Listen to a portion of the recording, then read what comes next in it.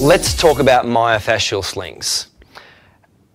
How you look at a muscle will often determine how you train your client. So if you look at movement and muscles in a certain way, you're more likely to train your clients in a certain way.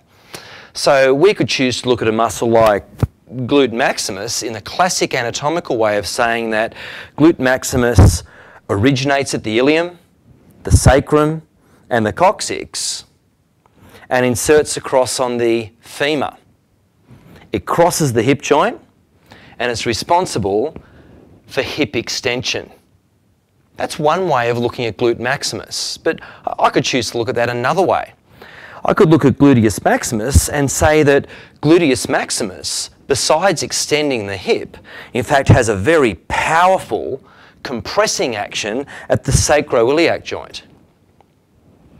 And by compressing the sacroiliac joint, I contribute greatly to what's known as force closure of that joint, and that helps me to stabilise my pelvis.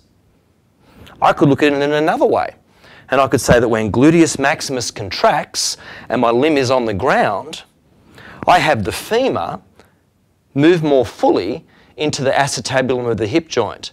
I get greater joint congruence, I get cartilage pressing against itself, and this assists in what's known as mechanoreception, and that enhances proprioception. So there's a lot of different ways that I can look at a muscle.